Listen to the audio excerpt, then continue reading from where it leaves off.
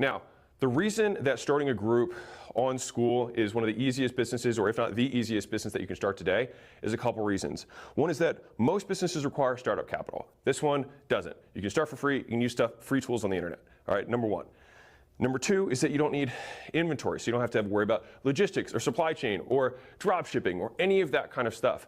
Number three is that you don't need to hire other people in order to make this business work. So if you're alone on your own, you're a solopreneur, you're just getting started, you can start making money on the internet using this without anything else. And for me, as somebody who's had a large audience of people who've been trying to figure out ways to make money, I spent the last 4 years looking for something that I actually believed was the easiest, highest likelihood opportunity for people to pursue, and this is it. Now, the biggest three questions that people come to me is, I don't know what to sell, I don't have an audience, and I'm not an expert. And the nice thing about Skool and the Skool games is that you don't have to have any of these things. We actually solve all three. So Skool has been built, it took us 5 years to get here, so that we know you need no extra tools. It's not like you come in and they're like, okay, go sign up for this, this, and this. It's all here, and you can get it all for free to start with a 14-day free trial. All right, but on top of that, you're gonna have a community of other people who are also in this tournament with you. They're playing the Skool games with you. They're also trying to win, and they're sharing in the Skool community how they're playing the game, just like I encourage you to as well. And so we're gonna be doing literally what we practice, because we're gonna be building this community and letting the community come up with the better and more tactical answers to show you how to do it for yourself. And then finally, the training we will also provide for you. And so when I think about changing someone's life, I want to change where they are, I give them a new community. I want to change what they're thinking about, so I give them training. And I want to make sure they have all the tools at their disposal to actually make it happen. Right? If I told you to build a website, but you didn't have a connection to the internet, really tough to do. Right? And so if we remove any constraints you have around tools, we put you in a community of people who are trying to do the same thing, and we give the education to do it, you can do it. You can win. How to design your business. The first question we ask is, who is it for? Now, this is where a lot of people get stuck, and it's because they overcomplicate it. It doesn't have to be, it can be very easy. You want people who have a shared interest with you, they have the same goal as you, or they have the same problem to solve. And so an easy way to think about this is scratching your own itch. Because right now, if there's a problem that you're trying to solve, whether it's like, I want to learn how to day trade, or I want to learn how to flip houses, or I want to learn how to paint, or I want to learn how to play ping pong, all of these things are things that you might be inherently interested in. And so one of the easiest lenses and some of the biggest and most successful businesses of all time have been started by founders and entrepreneurs who are like, I suffered with this problem for a long time. I just want to solve the problem or find the solution. And the cool thing is that you don't have to be the expert. Now, if you already are the expert, you know how to do watercolor paint, you know how to paint, you know how to play ping pong, you know how to fix cars, you know how to day trade, whatever it is. Like, you can be the expert. But I think the majority of you will probably opt for something like this, which is crowdsourcing, which is finding other people who are simply interested in solving the same problem as you, and then using the community, leveraging your community to help solve the problem together. Now, they can go out, find the answers, bring them back to the community, and then that provides value to everyone else. But also, and this is a skeleton key of life for you to gain access to people you otherwise wouldn't, is that when you put a group together of 100, 500, 1,000, 5,000 people, you can then reach out to other people who are way above you in terms of status or reach or following and say, hey, I've got this community. I'd love to give you access to them if you'd be willing to make a 30-minute video with me or do a call with my community for Q&A.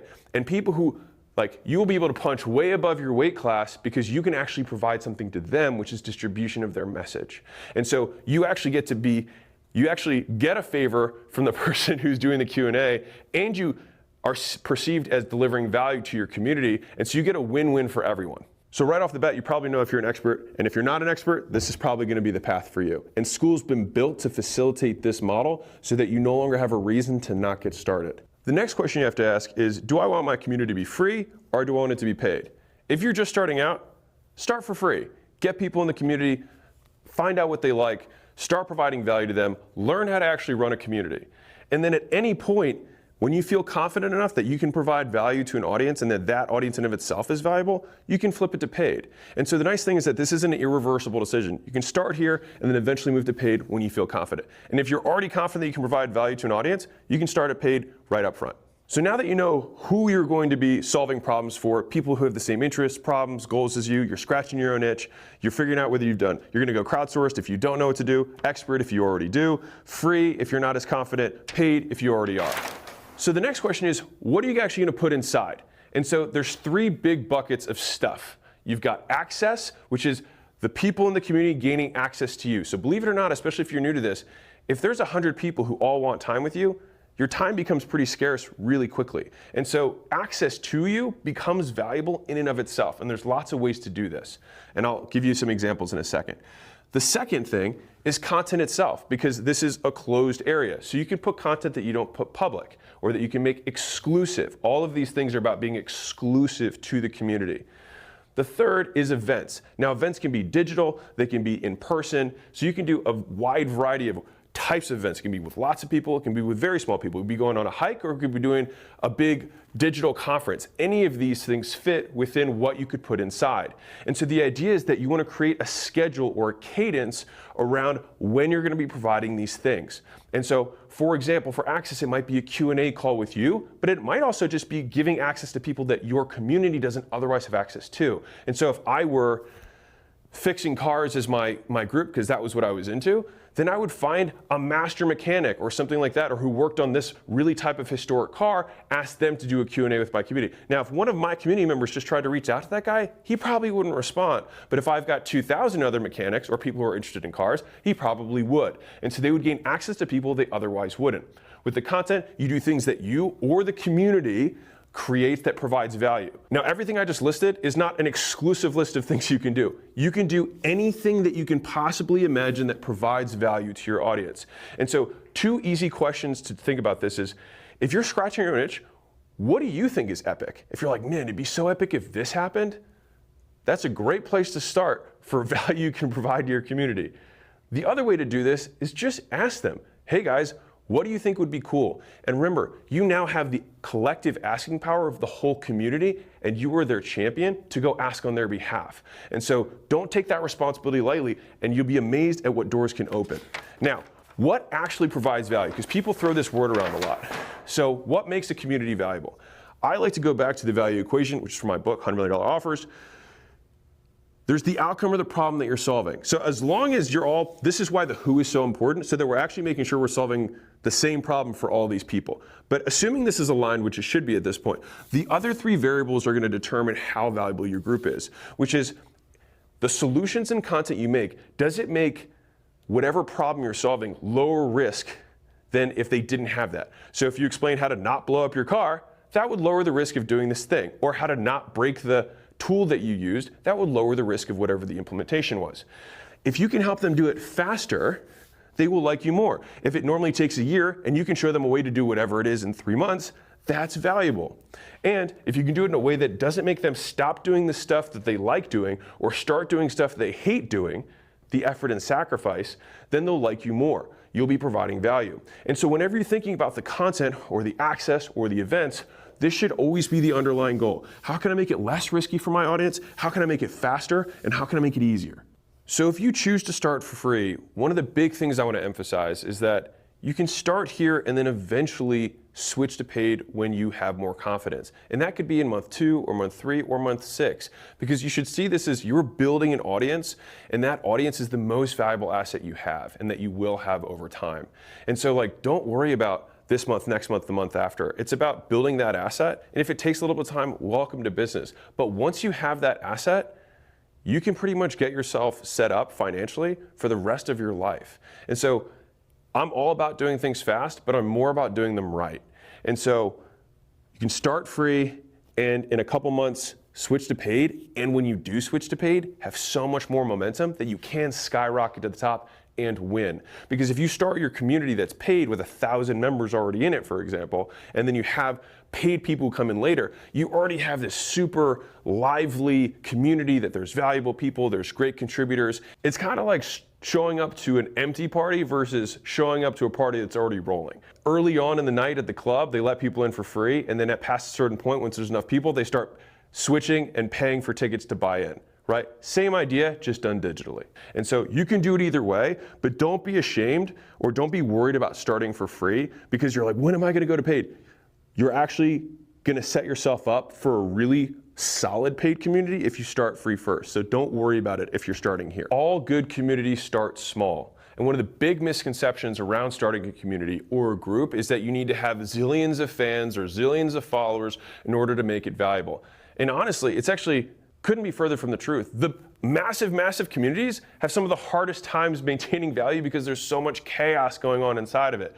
Whereas the small communities, we've actually found from the stats from the platform that all you need is 10 true regulars. It's 10 people who contribute regularly to a group. One of the most valuable groups that I was ever a part of was my powerlifting group, where we had 13 guys, and we would all post in there every day of like our lifting videos of what our workout was, what we were struggling with, and then other people would be like, hey, this is what I did to break out, the lockout on my bench. And it was one of the groups that I looked forward to seeing the post every single day, and I would have paid if the platform I had been on at the time actually allowed me to do that. And so you don't need a lot of people to make this thing really valuable. And so if you're like, okay, if this is all I need, then where do I start? Start with 3, all right? And start with 3 people because 3 is on the way to 10. And if you get 3 paying members, if that's what you choose to do as you're starting, that also unlocks the free training that comes along with the top 10 visit winners. And so when the top 10 people fly out here, we're gonna be recording the whole day. And if you just get 3 paying members, you'll have access to that entire day as though you would want it to when you were here with us, all right? And so this is what it takes to start. This is what it takes all it takes to make a valuable community. And I wanna show a little bit of what's possible. So Kevin Kelly wrote a famous book called 1,000 True Fans. And basically what he postulated was, people think they need millions of people. People think they need to become Mr. Beast or Logan Paul or whatever in order to have a big enough fan base to make money. And it couldn't be further from the truth.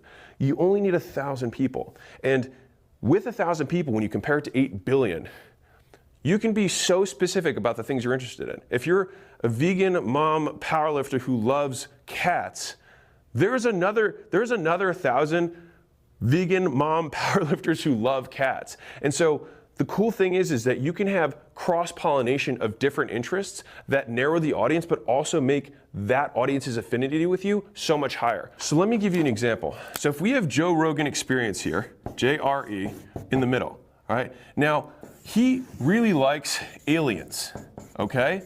So people who like aliens might like Joe Rogan. He also likes fitness. So people who like fitness also like Joe Rogan. He also likes conspiracy, right? Or whatever, conspiracy theories or whatever you want to call that there. He likes fighting and he likes comedy. Now, if you were to say, hey, I want to start a group of aliens, comedy, fighting, conspiracy, and fitness, people will probably tell you you're absolutely insane.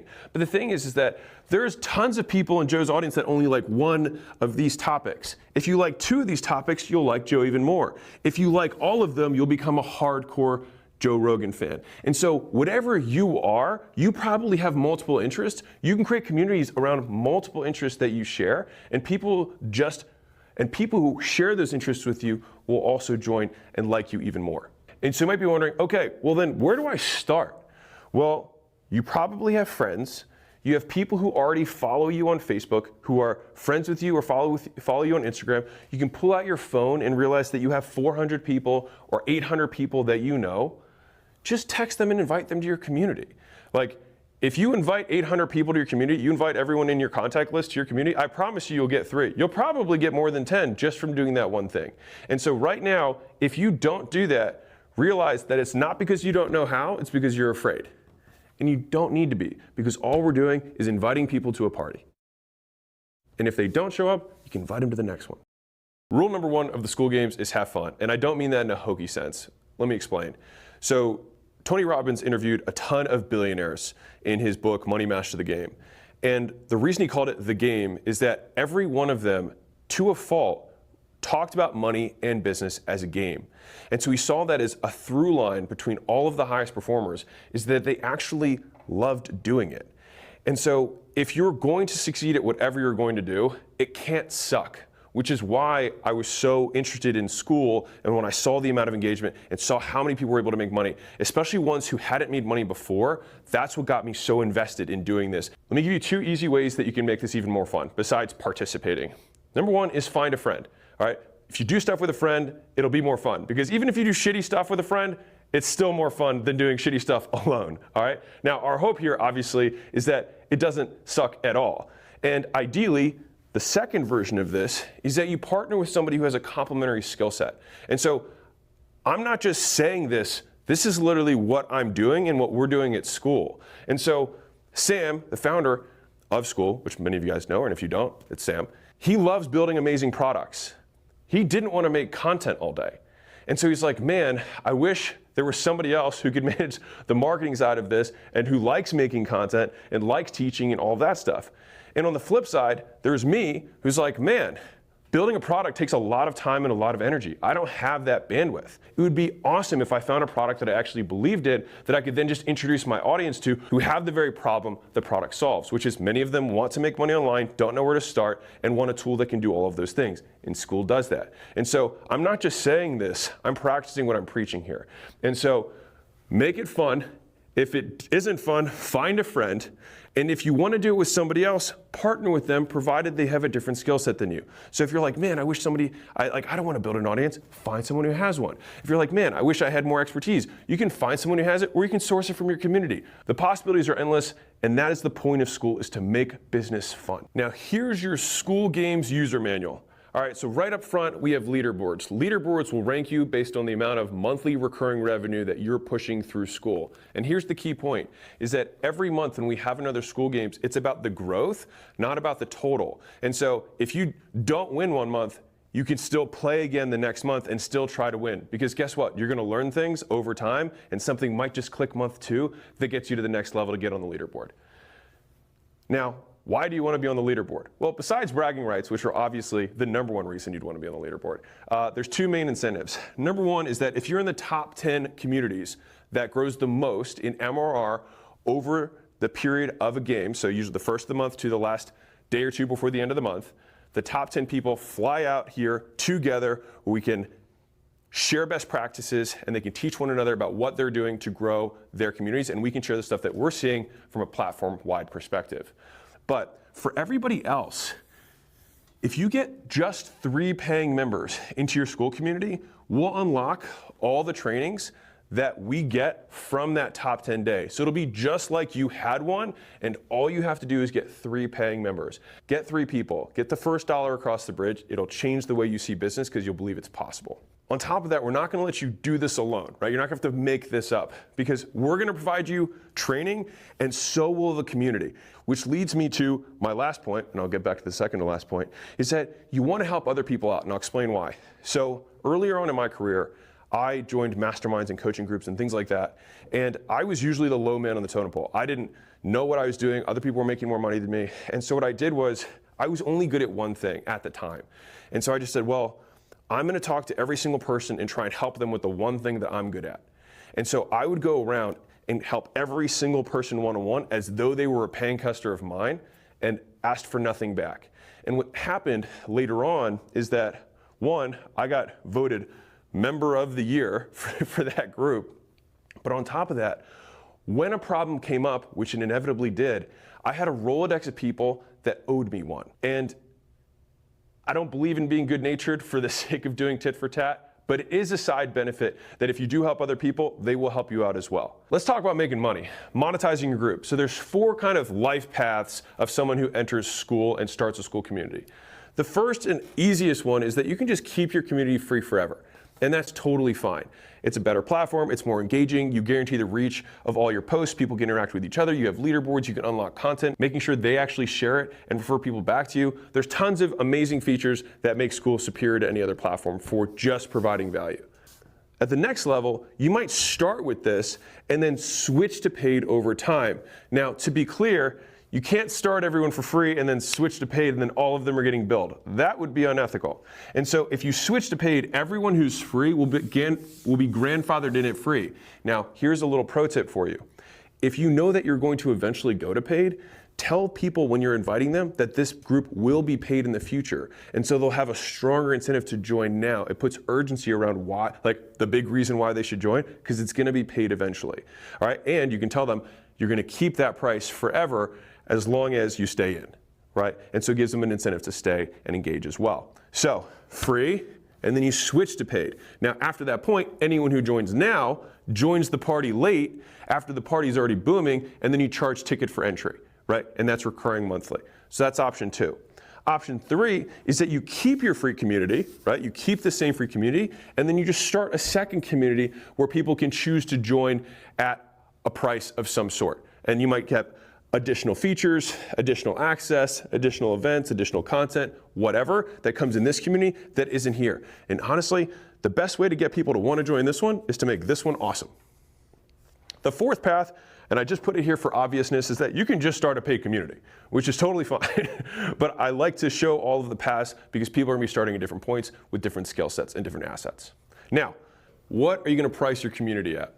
So just to give you some data, the majority of groups on Skool right now are between $19 and $299 a month. And that's a big range. And part of that comes down to what the group is about. If you're teaching digital marketing tactics to agency owners doing $20,000 a month or more, then you can probably charge a lot more because the value of the content you are delivering relative to how much they're going to make, there's a huge discrepancy, so you can charge more for it. On the flip side, if you're showing people how to water paint for kids, there's probably going to be a lower amount of budget that people are willing to spend on their kids, and even for the information relative to what's available online for free. And so that is kind of how you're going to dictate where on this range you go. Now again, you can go outside of this range. This is just to give you an idea of where most people are. You can obviously go above, you can even go below. Now, here's my recommendation for thinking through this, is what's your goal? Now, I'm going to use $10,000 a month because that's the most common goal that we get when people say they're coming in of what they want to make. All right, so if I were to reverse engineer this $10,000 a month goal, I could either have 10 people at $9.99 per month, I could have 100 people at $99 a month, or I could have 1,000 people at $9.99 a month. Any of these would still accomplish the goal. The difference between these prices is going to be relative to who I'm serving and the value that I'm delivering and or the problem that we're solving. And so once you know the price that you're going to charge and you know what your goal is, all you have to do is reverse engineer the N, which is the number of units that you have to sell. And when I say sell, get people to join your community in order to accomplish your goal. If you want to take this a step further, you can even think about this from a daily goal perspective, which is how I like to do it.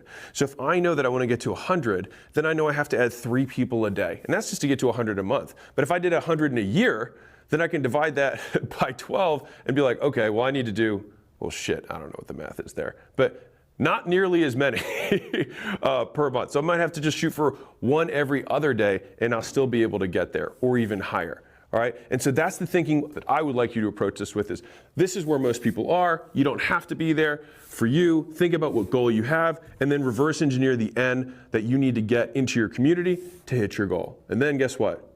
You can increase your goal. So now you want to grow your group. So let me introduce you to the simplest business model in the entire world. Step 1, you get traffic.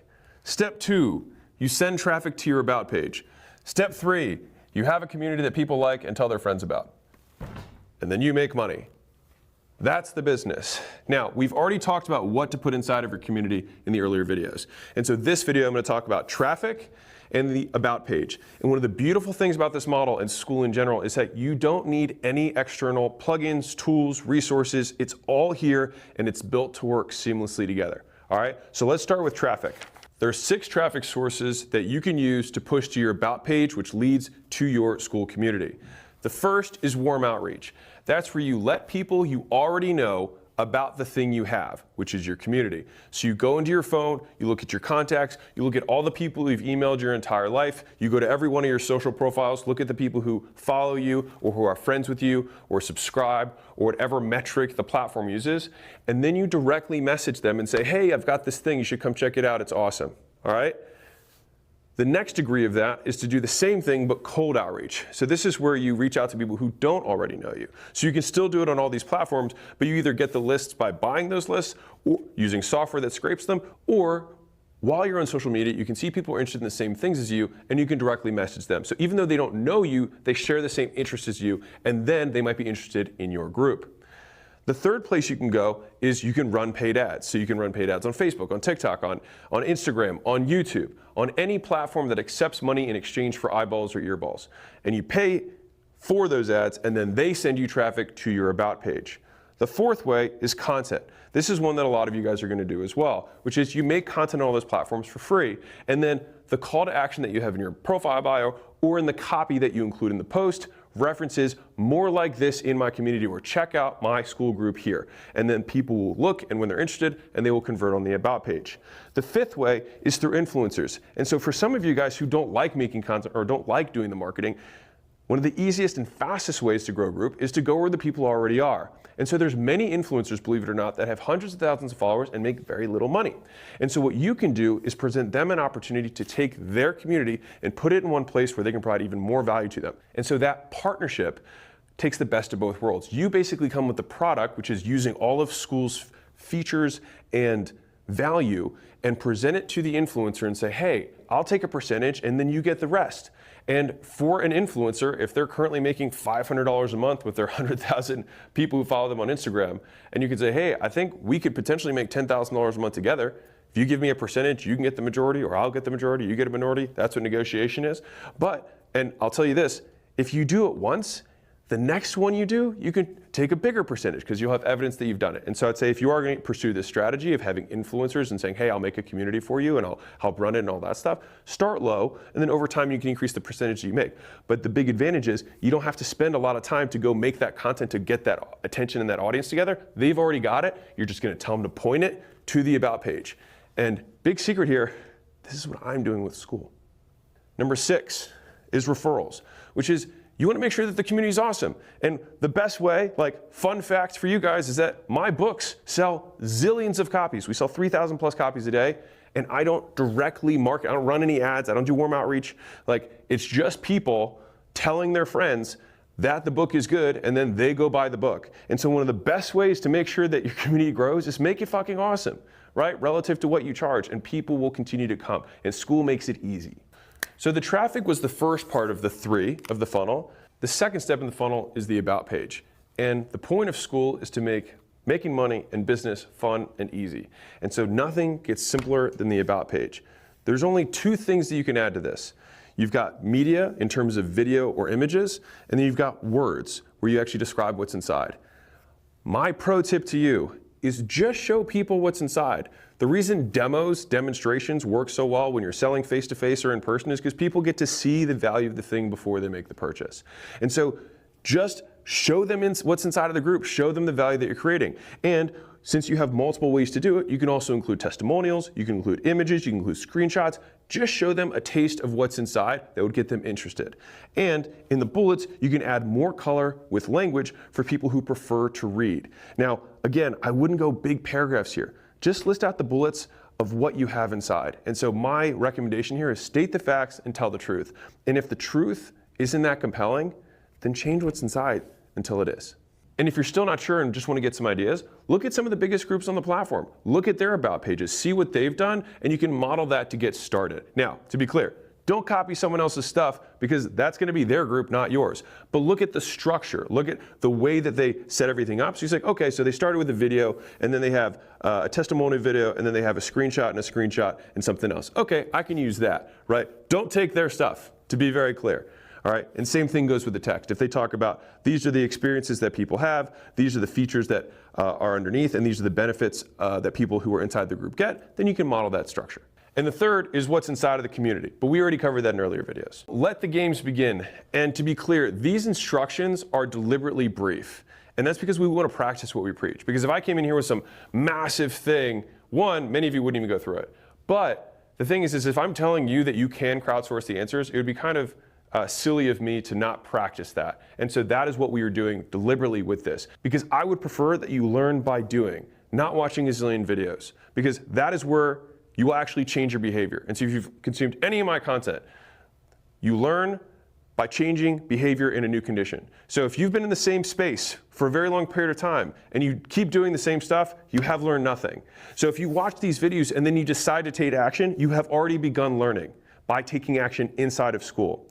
And so one of the nice things with how we're organizing the games is that instead of the winners hoarding everything, the winners will share the lessons every single month. And so we'll be dropping the lessons and the recordings from the top 10 people who grow the most every month so you can know what's working right now. Because let's be honest, the tactics, the day-to-day things are always going to change. And so within the Skool games, you're always going to have the most up-to-date stuff that's working right now.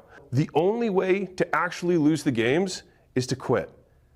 And the best part is that because of the way that we're structuring the games, you have a new chance to win every single month. And so even if the first month you don't make money, but you get a couple people in your community, awesome. And the next month you get a few more people in and you watch the recordings from some of the winners. And then you keep implementing and keep implementing. Maybe it's your third month or your fourth month. And then by your fifth month, you're like, I think I can win this month. And then you win. Because business is a game of endurance. It's not a sprint. You don't win at business. The point of business is to keep the business going. It's to stay in business. And we're organizing the Skool games to that end. In the spirit of this video, let the games begin.